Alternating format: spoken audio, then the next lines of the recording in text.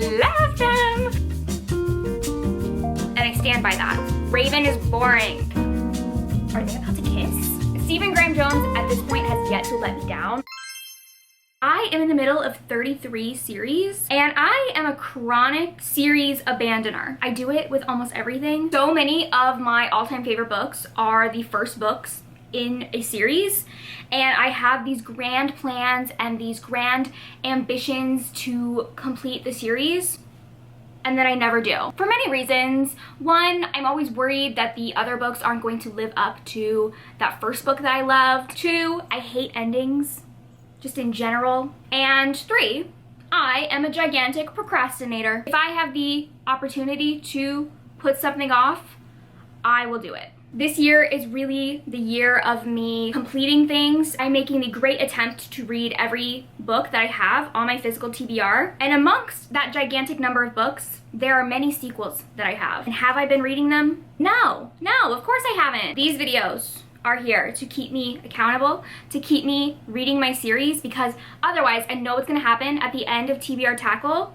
I'm going to have read every single book on my TBR except for the sequels. And then I'm just going to have a bunch of sequels left, and it's going to be really overwhelming and intimidating, and I'm not going to want to read them. And I'm going to convince myself to unhaul them, even though I don't want to. These videos are going to keep me accountable. I'm going to read my series. I'm going to try to complete as many as I can. Here is the list of all of these series that I'm in the middle of. And you can see with like the little checks, I have a check mark for every book in that series that I've read. And then the black squares are the books that I haven't read. My other dilemma here is that a lot of these series, I read the first book a long time ago, and I don't remember what happens. So in order to finish the series, I'm going to have to reread the first book, which is a very big commitment. There's also a few that I only have one book left. So The Shepherd King, that one is One Dark Window, Two Twisted Crowns. I only have the second book left. Silver Under Nightfall, I only have one book left. Those are all duologies. So it's very easy for me to only have one book left. I do think, though, I want to tackle something big in this first video. I could complete a lot of these duologies. That seems like low-hanging fruit. I want to complete something big, something that feels like a big obstacle for me. I think I want to start with something that I have to reread in order to finish. So I think I want to start with the First Sister series. This is a sci-fi series that I read this first book in 2020, and I was obsessed with it. It is so good. It is so underrated. And this is a book that it is now 4 years later, and I still consistently think about the ending of this book. And this is a trilogy that I've always wanted to finish, but an obstacle for me is that I don't fully remember book one, and I know it's a very complex sci-fi world where you have like warring planets and just like very complicated world building. So I do want to reread the first book and finish this trilogy. So I think that'll be my first obstacle to tackle, and then maybe I'll finish off some of these duologies that will be really simple to do. But first, we reread The First Sister. I am 100 pages into my reread of The First Sister, and it is all kind of coming back to me a little bit. I am just remembering how obsessed with this I was. I'm pretty sure when I read it for the first time, I read it all in one sitting. But basically, we're following three different characters. It takes place in the future where Earth became uninhabitable and humans kind of split up into two different factions and created like two different societies. One of them is the Ikari. They are very technology based. And then you have the Gaians, I think is how you pronounce it, which is more of like a religious oligarchy who all worship this goddess. And these two factions are at war with each other. So the First Sister is from the religious group. She is basically in this sisterhood, which essentially is like The Handmaid's Tale, where there are all these women who work as basically sexual slaves to all of the soldiers in the military and the captains and all of them. But they also are made so that they can't speak. Since they are so close to all of these like high-ranking military people, they don't want these sisters spilling their secrets. So they make it so that they cannot talk. And it's just like a very scary, oppressive organization. So the First Sister is one of the highest ranking sisters because she is like the companion of the captain, which means that no one else on the ship is allowed to touch her except for the captain. And at the start of the book, he is about to retire and he's gonna take her with him and like set her up in a house where she'll have comfort and be free. Except on the day to leave, he leaves without her. He abandons her. And so now she's left in this ship, no longer with the captain's protection. And a new captain comes in, a woman named Saito Ren, and the sisterhood tasks her with getting close to this new captain and spying on her because they think that there's something weird going on with the new captain. Then you have the two people from the Akari side, which is the technologically advanced side, where we're following Leto and Hiro. Leto and Hiro are battle partners, where basically everyone in like this military is partnered up with someone who they get mentally linked with, and that they have like a very close bond with. So Leto and Hiro were paired, bonded partners. And then Hiro gets sent on an assignment and never comes back, and Leto now finds out that Hiro defected and has turned into a traitor, and he is now tasked with hunting Hiro down and executing them. But he's very conflicted about it, because like that is his bonded partner. Those are all the storylines that are going on, and something that I love in a lot of books is when you're following like a bunch of separate, isolated stories that eventually all come together. Yeah, I'm loving it. There's also things that like rereading this book, I actually feel so stupid. I feel so stupid because there was a really big plot twist at the end of this book, and the first time that I read it, didn't have an inkling about this thing happening, and now that I'm reading it again, I'm like, the clues are cluing. Like, the clues are there, so much in fact that one of the characters point blank says the plot twist, but the way that it's said is like, you wouldn't actually know what they're saying unless you know what they're saying. But it's so, like when I'm listening to the audiobook, when I heard this specific line, I was like, are you kidding me? It's a very interesting reread because based on the plot twist, I'm reading the entire book in a different way than I was the first time, with like knowing all this new information, and it's almost making it like its own new experience. So it's very cool. I wanted to update you guys because I finished my reread of The First Sister and I really enjoyed it. I liked it just as much as the first time, and I am glad that I reread it because in my memory, what I thought the ending was actually not the ending, and there was like a good 50 pages beyond where I thought the book ended that I did not remember at all. So I'm glad that I reread it, and I am starting the second Rebel. I actually have already started it. I'm like 50-ish pages in, and this starts like exactly where The First Sister ended. And there's also a new character POV introduced. The new POV, her name is Luce. She is Leto's sister. So we saw her briefly in the first book, but I am interested what role she's gonna play in the story now, because she didn't really have like a big role in the first book. I've now hit the halfway point in the second Rebel. You guys, the way I did not think it was possible for this series to get better, and it has. It has. Oh my god. I think this book is even better than book one, which is crazy because I think book one is so great. This book introduces a couple new point of views and new like characters that we're following, and I love them all. It's so weird because normally when you have a book series that has multiple points of views, especially when those multiple points of views are like all spread out and like different storylines are happening, usually there will be a storyline or a character that I care more about and I'm more invested in than others. And so when I get to other characters' chapters, I'm like, ugh, I just want to be back with this other person. That is not the case in this book. I love every single storyline and every single character equally, to the point where like I'm always excited when I get to a new character's chapter. Also, you know what is so crazy?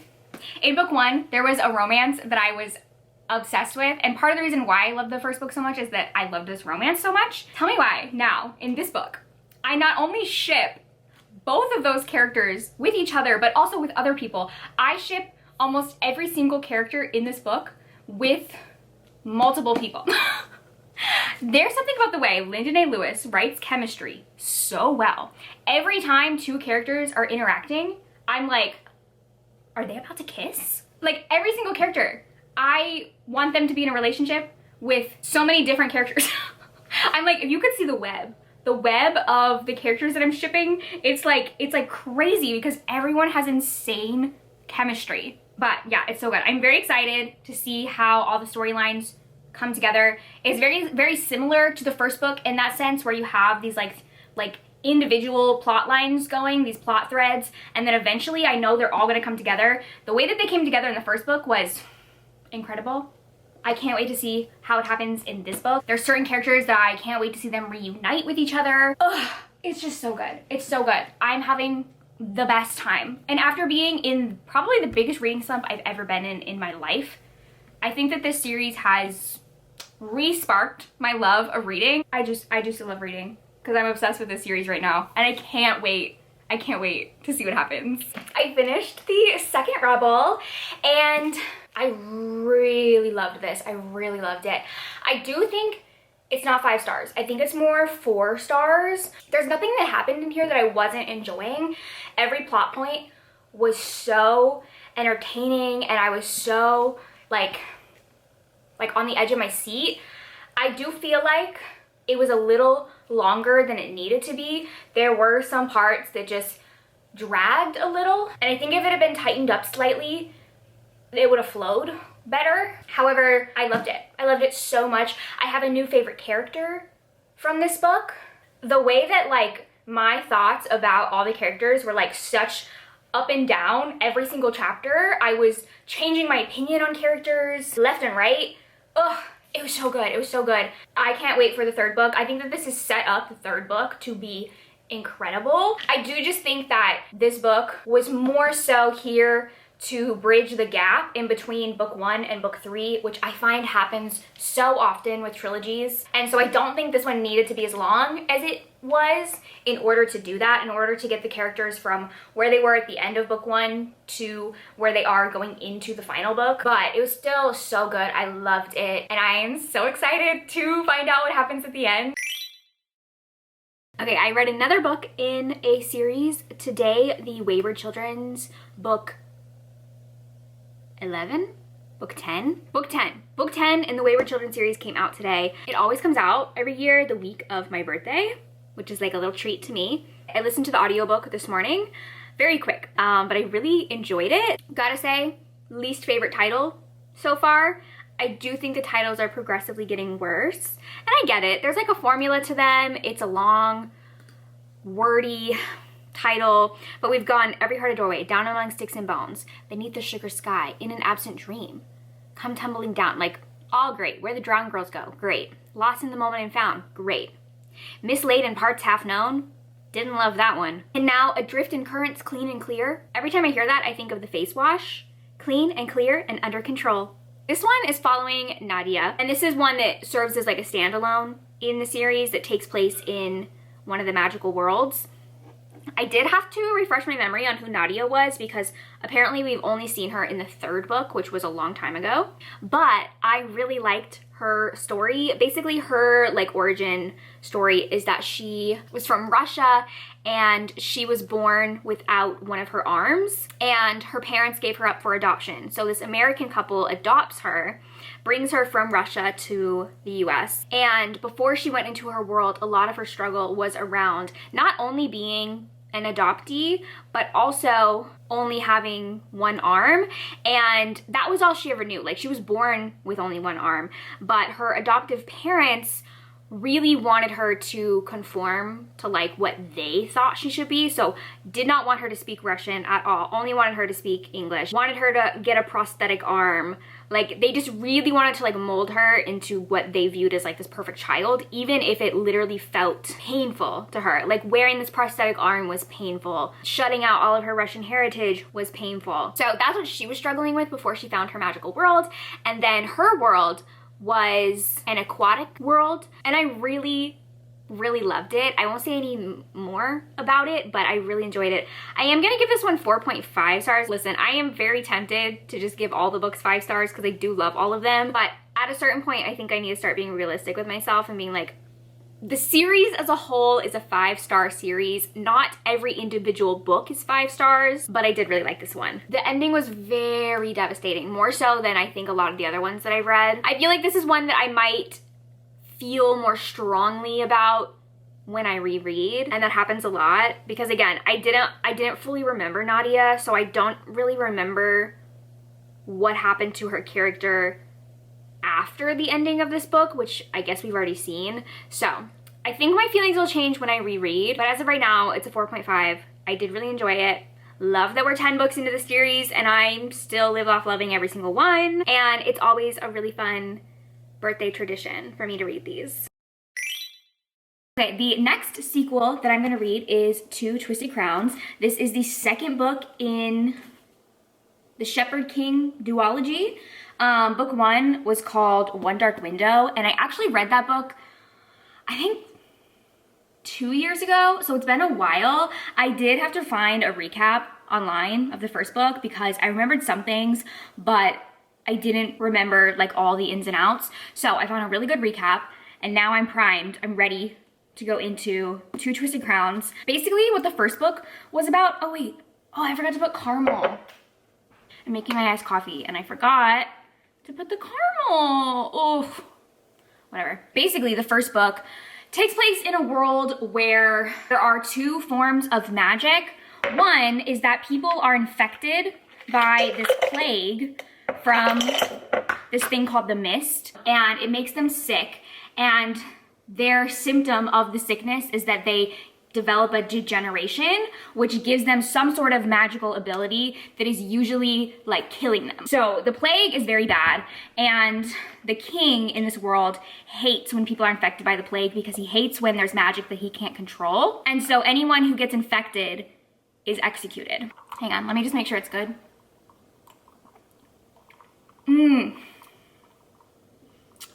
Perfect. Okay, so like I said, anyone who gets infected with this plague is executed by the king. In the first book, the main character, Elspeth, was infected when she was a kid, and her whole family has kept it a secret and kept her alive and kept anyone from finding out. The other form of magic is that there are these cards. There's like a whole deck, and each type of card gives whoever is wielding that card a different type of magic. So there's one called the Scythe that allows you to control people. There's one called the Chalice, which makes it so people have to tell the truth if you use that card on them. So there's a whole deck of cards, each with a different type of magic. And there are characters in the first book who are trying to unite the deck and all of these missing cards to cure the plague. And they're doing that without the king knowing, because the king like uses the plague and these cards to control everybody in the realm. That is kind of the plot of the first book. The main character, Elspeth, meets up with the people who are trying to unite the deck, and a skill that she has is that she can see the cards by color. Like all the cards have like an aura of a color that only she can see, so she can help them locate the cards. Now I'm getting too into it and it's getting, I don't know if I'm confusing you guys. I'm very interested to see where book 2 goes. How I felt about book 1 was that I liked the world and the magic system, but I didn't care much for the romance between Elspeth, I don't even remember his name, Raven. Raven was giving bland toast. He was giving nothing. There was actually a relationship dynamic in the first book that I liked way more than Elspeth and Raven. Basically, Elspeth, her name's kind of hard to say. Elspeth, her degeneration from the plague is that she has this like monster living in her head called the Nightmare, who can sometimes take over her body and make her do crazy things, and is just like always constantly living with her. And her relationship with the Nightmare was by far the most interesting part of the first book to me. They had a very interesting dynamic, and that way overtook my interest in the romance aspect. So I gave book 1 4 stars, but I'm excited to see where this one goes. I've heard from a lot of people that they actually liked this one better, so we'll see. Okay, I just finished part 1, which is 111 pages.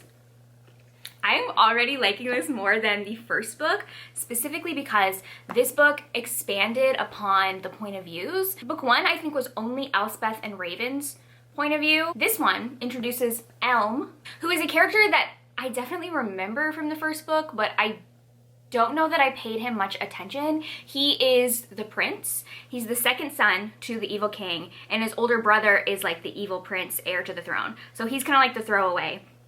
and he's also a rebel, and in the first book was working with the two main characters, and we're following his point of view in this book along with Raven and Elspeth, you know. But his point of view is what I'm so interested in. I love him already, and he has a romance with Ione, who is also from the first book, and I actually really liked Ione in the first book. She was very interesting. Not gonna lie, I kind of found her more interesting than Elspeth as a main character. So Elm is already kind of being thrown together with Ione, and their romance chemistry is already a million times more interesting than anything that Elspeth and Raven did in the first book, because basically Ione's whole storyline is that in book 1 she was like married off or engaged to the prince heir to the throne, who is this evil, abusive, terrible character, and the king gave her a maiden card because the prince didn't think she was beautiful enough. And the maiden card is basically a card that has magic that like glamorizes you, that makes you beautiful and perfect. But the negative side effect of that card, because I don't remember if I mentioned this, all the cards, if you use them for too long at one time, it has negative side effects. So the maiden card's negative side effect is that it turns off her emotions. She basically turns into a vampire from Vampire Diaries when they turn their humanity off. Through the first book, you watch her losing her emotions and becoming much colder and colder, but it's all because of the card. And so in this book, we find out that she lost her card, and the only way that she can get her emotions back is to find the card, but she doesn't know where it is, and so she's like trapped inside her own body of like not being able to feel anything, and she needs Elm's help to find her card and turn her emotions back on. And it's very interesting because he is trying to make her feel things. He's like trying to test the boundaries, and like there's a couple times that he would say something and he would notice that like she would blush, and he's like, oh, what else can I make her feel? I love them. I love them. Yeah, this is already so much better than the first one. Like, I enjoyed the first one, but never at any point was I feeling what I'm feeling right now. I will say, still not a fan of Raven. He, again, still is giving nothing. However, his plot line in this book I do think is interesting. So I'm interested in what he's doing. I'm just not interested in him. Okay, guys, I finished Two Twisted Crowns, and I definitely liked this better than the first book. I think I'm gonna give it 4.5 stars, but I think this wrapped up the duology so nicely. And I feel like this is one of the very rare instances where I like the sequel better than the first book. That almost never happens, but I was just so much more invested in Elm and Ione. Like, they were just individually more interesting than Elspeth and Raven, and as a couple they were more interesting. The only thing that could have made this a 5-star is if they were the main characters, but I liked how everything concluded and came together. I liked the like extra lore and world building that we got, all of the background on the nightmare and like the flashbacks that we got were really good. I will say it was funny because in book 1, I definitely was shipping Elspeth a little bit more with the nightmare. I take that back in this book. I take it back because in this book, he definitely played more of a fatherly, he played more of a fatherly figure role. Hold on, I need to move. The dogs are about to go crazy. Let me move to a different room. They're about to start barking.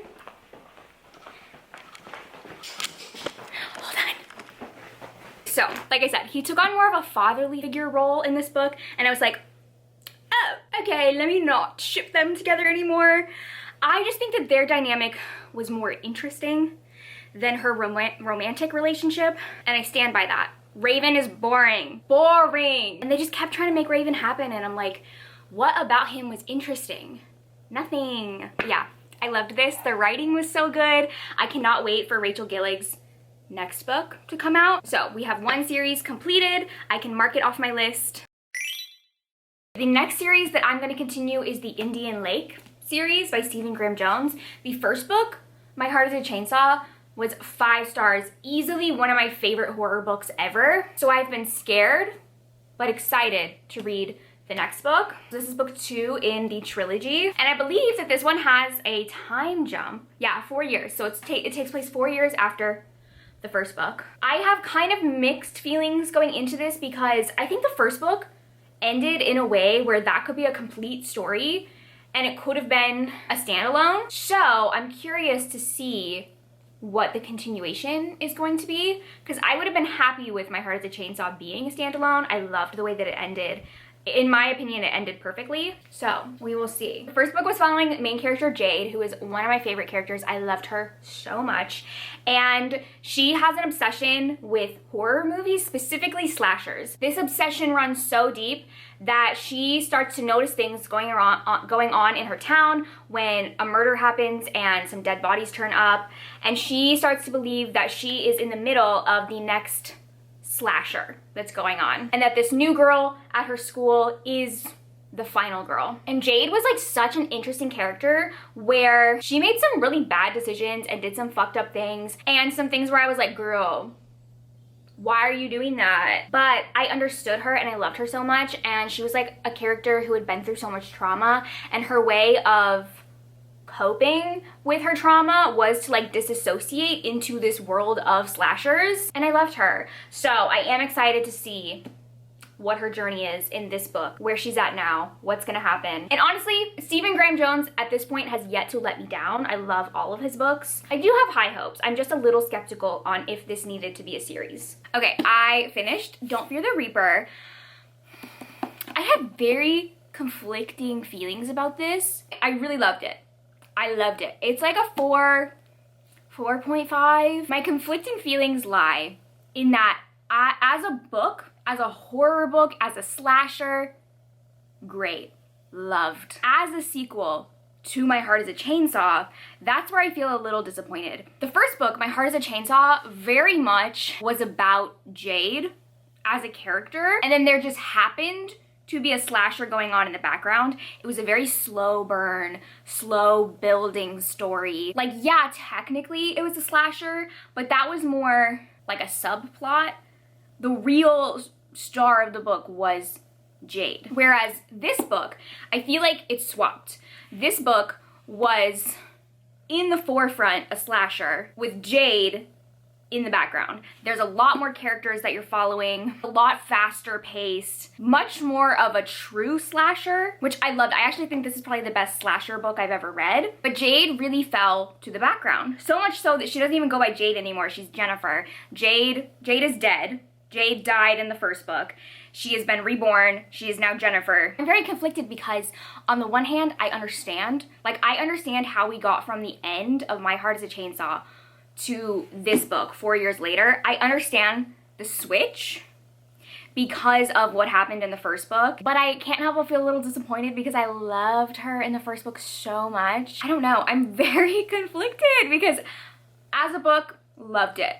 As a sequel, I'm disappointed. And I don't know if that makes sense to anybody. It's a 4.5. Stephen Graham Jones, I feel like never writes a bad book. I just think I just wanted something different as a sequel. I am curious to see what happens in the third book. I thought about this recently. I have not come across another horror author who writes like Stephen Graham Jones writes, and it made me kind of connect the dots between him and N.K. Jemisin. Hear me out. I feel like Stephen Graham Jones is to horror what N.K. Jemisin is to fantasy.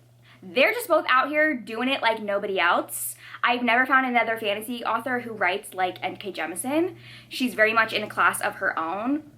And I think Stephen Graham Jones occupies the same space in horror. With all that being said, I did really enjoy this. It's much more gory than the first book, much more of a true slasher. So I feel like if someone read the first book and you're like, oh, that was too slow for me, not enough of a slasher, I would recommend reading this one because this is much more slashery. I just don't think it's what I expected. So I'm navigating my feelings for it. So that is gonna be the end of this first finishing every series I'm in the middle of vlog. I have completed one series. I completed the Shepherd King duology, and I made progress in 3 series. I feel like as long as in every episode I'm completing at least one series and making progress in other ones, I will feel good about that because I'm now caught up with the Wayward Children series, and I am on the last book of 2 different trilogies. So we've made a lot of progress, much more progress than I normally make in my series. You can let me know in the comments from the list of series that I'm in the middle of which ones you would like me to tackle in the next video. Thank you guys for watching. If you like this video, please like and subscribe and check out my Patreon where I post tons of exclusive content. I will see you guys in my next one. Bye!